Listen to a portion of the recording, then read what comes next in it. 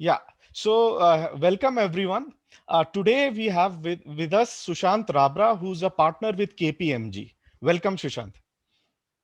Thank you, Sunil. It's always a pleasure being in a conversation with you Thank and you. happy to be on this forum today. Yeah. So today, basically, we will be discussing the cloud and digital transformation that has occurred due to the COVID-19 crisis. So I'll ask you straight away, Sushant. Like 2020 actually has been a bad year and disastrous years for many people.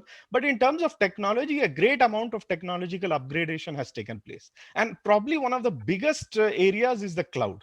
So if you could run us through, cloud 2020, what all happened, what upgradation take place, the market, and an overview of that. Perfect.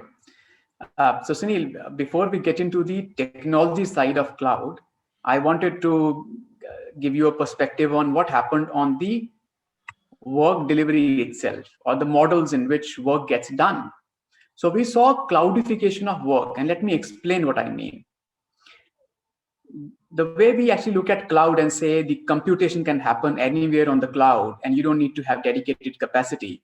In a very similar way, if you look at the work delivery itself, organizations realized that the work delivery is happening beyond their premises, sometimes beyond organization boundaries, in a virtualized setup. So, frankly, the work could get delivered in a satellite office or at somebody's home or from client office and get stitched together through digital platforms. So to that extent, the nature of work delivery itself moved to what we call as cloudified work delivery. And if I now come back to the cloud side of things, cloud enabling layer saw significant impetus and adoption in the last 1 year. A lot of our clients who were still sitting, for example, uh, on the side stools looking at whether to adopt it or not actually took that decision and they moved ahead with their cloud journey. What happened is that whatever cloud journeys they had planned for, let's say, about 18 months to 24 months, they got accelerated. And there are key reasons for that. The first and the foremost reason that they had to accelerate the cloud journey was the need to scale, right? Because the way the work delivery changed, you needed to accommodate much more work delivery offline, remotely. You needed to move a lot of applications and expose them to a wider geographically distributed employee base. And consequently, there was a significant need to scale up the core technology infrastructure. And in the current COVID scenario, it was hard to do that in this same setup as it was done before. So that need to scale clearly brought them on to cloud platforms. Second, because of this entire pandemic, there was a strong focus on cost, right?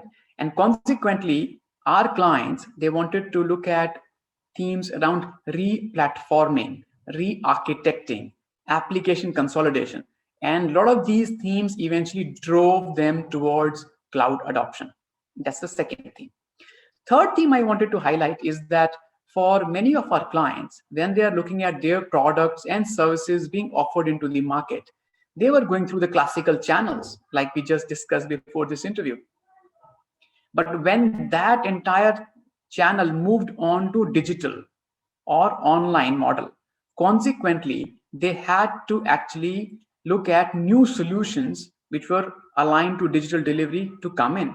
And many of these solutions were actually born on the cloud or built on the cloud itself. And therefore, that was a third lever which was pushing them towards cloud adoption. We actually carried out a recent survey on cloud adoption in India. And what we saw is that from the survey that we did last year to the survey that we have done this year, it has been a significant uptick. So more than 20% change from what we saw last year to this year in terms of our clients' propensity to go and adopt cloud as the core delivery engine in their organizations. So I would say these are the key themes that we have seen in 2020. What we see for 2021 and beyond is again three things. One, there would be acceleration of integrated offering across ecosystems, again powered through the cloud. So you will see a rise of API economy, integration, stitch together propositions and so on. That will again drive cloud adoption. Second, because of the re-architecture, re-platforming initiatives which are going on at our clients, what we see is that many of these will be closely tied to native capabilities of these clouds. So many of these cloud service providers, of course, have tons of native capabilities that they offer in terms of AI, in terms of IoT, in terms of blockchain, and so on and so forth. And consequently, now the new use cases are being built keeping those in mind, and they are leveraging that. Right? The third key thing that we will see, in our opinion, is the entire skill base around cloud. So while I spoke about technology, let me also talk about skill base. What we see is that in the last couple of years, there is a huge ramp up in terms of skill upgradation and adoption from a cloud perspective. And you can talk about any of the leading professional training courses provider. They would all tell you about it. So what we believe is that the talent pool in cloud domain is also going to get a fillip in the next 18 to 24 months. And consequently, what we believe is that India, in fact, could be one of the key destinations for providing the skills, of course, for India, but also for the world. And you just once said one very interesting thing, that India would be a destination for these cloud skills and that. Can you just explain to our audience a bit about that? What exactly you mean by that? Absolutely. So if you look at all the leading digital technologies, right? AI, cloud, IoT, analytics, blockchain, and so on. And for all of these, if you look at the global skill base versus India skill base, India skill base actually is sort of disproportionately high as compared to any other developing country because of two reasons. One, of course, we don't only service India demand, we service the derived demand also coming to India, and we have about 1,000 GCCs that come over here. Right? And second is also there are a lot of global technology biggies which have got their development centers here, and therefore they develop also not just service but also code development, product development, testing happens over here. So consequently, when you look at the cloud landscape globally, the skill base in India actually is a very, very integral part to the overall cloud story. So you can talk to any of the big leaders, all the blue chips in IT. They would tell you that a fair degree of their cloud skills team actually sits out of India.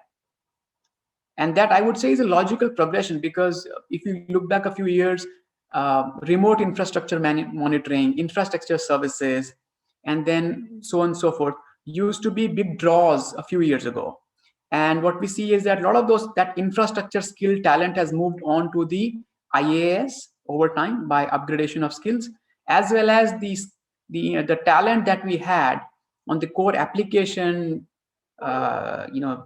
digital stack and so on, is also getting exposed to the native capabilities of cloud. So to that extent, India actually is a very important destination when anybody is looking at fulfilling the cloud skill metrics. Yeah. So I guess this could help with our Make in India program, because you said we have the digital stack, we have the capabilities. Do you think that probably cloud will play a big role in Make in India in the coming years? I would absolutely agree to that. That there are again a few themes which are important here. Make in India program would have one dimension, which is of course the leading companies coming in, having a knowledge transfer, working with local partners, and therefore building products and services for India. That is one. And as we said before, for them, India is a good source of digital talent. So definitely it will accelerate that side of the story. Second theme that I wanted to also highlight is the SMB sector, right? Now, India has a very, very vibrant and large SMB sector. So far, that SMB sector has not fully reaped the benefit of digital. And primarily, one of the issues that they face is the entire capital hurdle. So they don't have enough capital to invest and therefore get on with the leading platforms.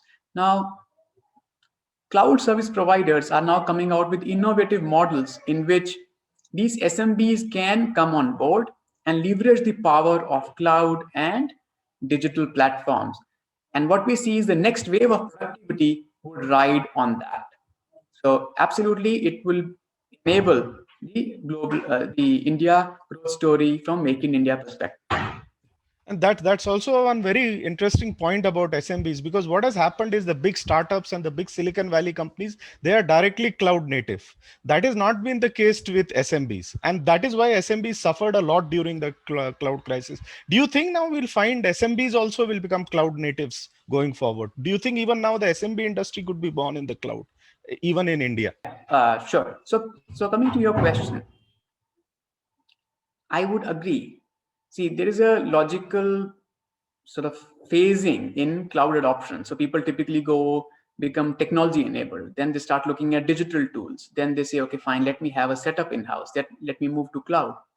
For many of the SMBs, they are saying, I don't need to necessarily walk that journey. I could straight away look at born in cloud kind of solutions which make sense for me as an organization. And this is not just in India. If you look at the example of Germany, right? In Germany, the small and medium-sized businesses contribute, I would say, more than 40% to their GDP, right? And they are world leaders in whatever they do. And the German government, they started initiative about Industry 4.0 and digitization, right? For these set of companies, which are also called Mittelstand. And over the last few years has seen enormous returns. Some of those companies have grown to become world leaders in their respective domains. They have adopted digital and technology and have become globally competitive. So to that extent, I would say we have the entrepreneurial spirit in this country. We have the innovation spirit in this country. What we just need to enable that is with the right technology.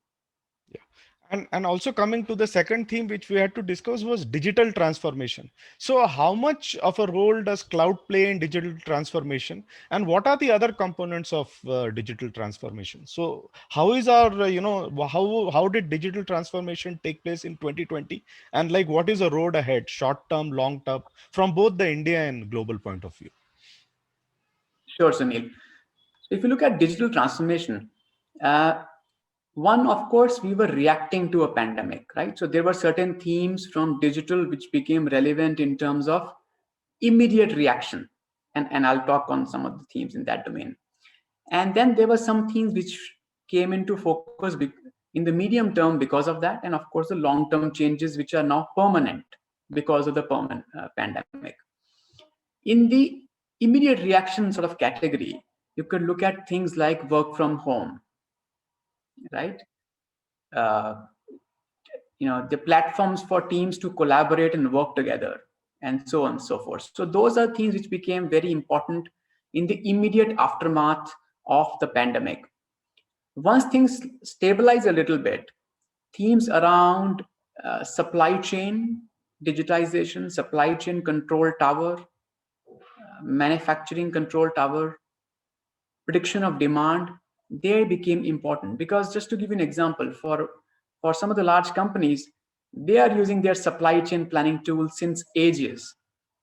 Now, interesting thing about these tools is that they actually work on certain rule sets with certain defined constraints, right? And they give you the best results if the constraints are there, and then you can model it out. Here, in this particular case, the constraints were changing every 2 hours. You will get a notification that so and so district now has installed, put up restrictions for any truck to pass through, right? Or they are getting rerouted, or the state government has now issued this pass as a criteria to enter. Now, with this such fast changing landscape, some of those tools could not simply keep up because they're not designed for that kind of environment which is changing every 2 hours or 4 hours. So therefore, many organizations, they started looking at themes around supply chain digitization, saying, if situation is changing so fast, can I use AI, for example, or ML modeling or leading analytics to then figure out what is the right response I should have to that? And these tools or these models now look slightly different from what they used to look maybe 3-4 years ago. I'm just giving one example. And these were the immediate aftermaths of the pandemic. In the medium term, what we are looking at is, of course, there is a very strong focus on direct to customer channel digitization, omni-channel. So that's one bucket I wanted to highlight. You could be a B2B player, a B2B2C player. There is increased focus on saying how do you engage, reach out to your customers in a digital manner and service that demand. And even for FMCG companies, D2C plans have significantly gotten accelerated in the medium term, the way we know it. The second theme that, of course, is getting a lot of traction from a medium term perspective is the entire view around flexible factory, right? Where your capex in that entire factory and the manufacturing capacity around that need not just be static. It needs to respond very quickly to what is the dynamics in the market. And frankly, we haven't been building factories or manufacturing setups like that. So there's a whole lot of digital that goes into doing that. And you can call it I4 or you can call it by any other name, but that's the other big dimension which is coming into picture from the medium term perspective. And third one, of course, is ecosystems. So a lot of our clients and other organizations, they had invested in creating joint propositions with the with other ecosystem players. And what we saw as that those are the ones who actually were successful in navigating this entire transition better, because you are sort of standing together, right? Versus you standing alone. And that is another thing which has gotten accelerated. On the long-term basis, I would say few themes which have gotten significantly accelerated is a very fast shift to digital labor. Some of our conversations with our stakeholders, they went something as simple as saying, I'm looking at moving a lot towards digital labor because bots don't catch COVID, people do, correct? So whatever conversation we were having earlier in terms of saying, okay, digital labor is here and it will be a reality in XYZ years in so and so form and shape, that trend is completely upended. That's one. Second is the way of doing business itself is fundamentally changing. So some of the business models, frankly, are now under threat because of all the changes that have happened outside. And digital enablers would play a big role in now those organizations to reshape, re-identify themselves. And some of the hardest hit industries is where you will get the best innovations coming out. Think of airlines, think of hotels, tourism, which sort of were at unfortunate receiving end for because of this pandemic, right? So they will possibly get the best innovations and startups coming in that picture, looking at what else can they do. So those were some of the long-term trends that will come in. And the last trend, of course, which will undercut all of this is on cybersecurity. While all of us are going ahead and saying, here is the value being created because of digital, let it be new ways of working, work from home, flexible working, and so on, to the supply chain, manufacturing, to long, you have to preserve that because the attack surface, which is now available for a hacker, is much more bigger as compared to what it was earlier. So to that extent, what we see is that cybersecurity will gain very strong prominence, even more than what it is right now, and organizations will invest heavily in doing that. So I think we've like covered most of the things. I'll just ask one last question. So what has happened is the usage of cloud has gone up. Now there's a focus on cybersecurity. India is also aiming for full electrification for 2022. So Industry 4.0. So like, are you hopeful? Are we now better prepared for crises and pandemics in the future? Do you visage like, what do you think of the coming decade based on all the changes that have taken place? Well, I would say this is not the pandemic that we had hoped for, but this is the pandemic that we got.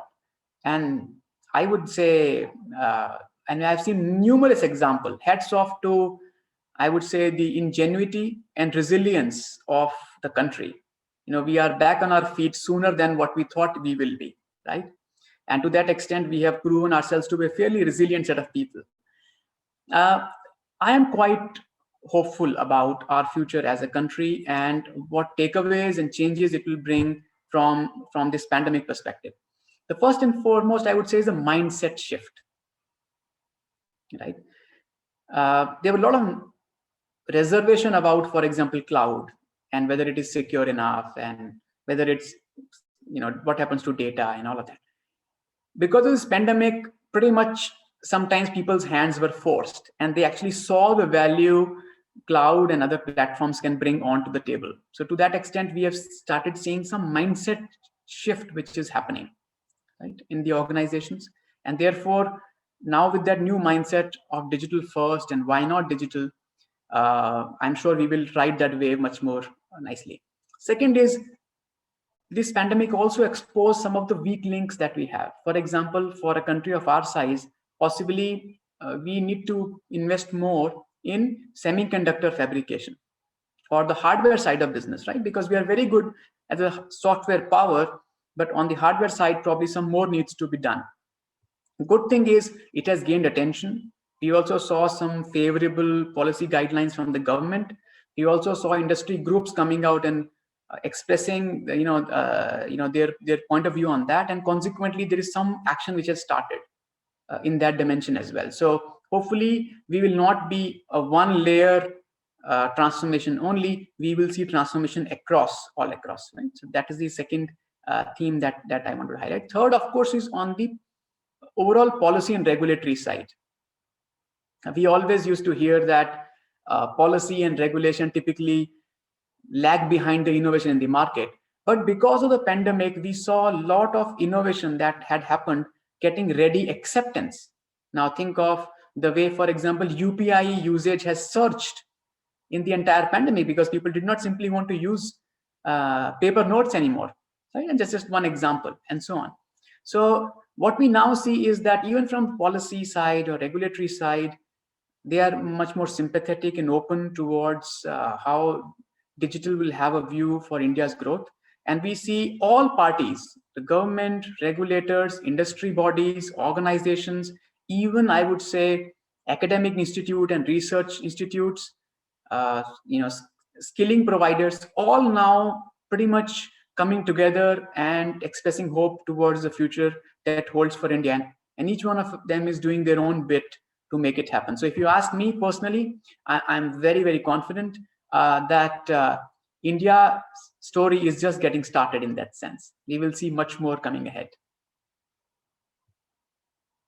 Sushant, thank you for your time. And I think we'll end on that positive note. I think even the world will be much better with the technological upgrade. And I think India is in a much better position.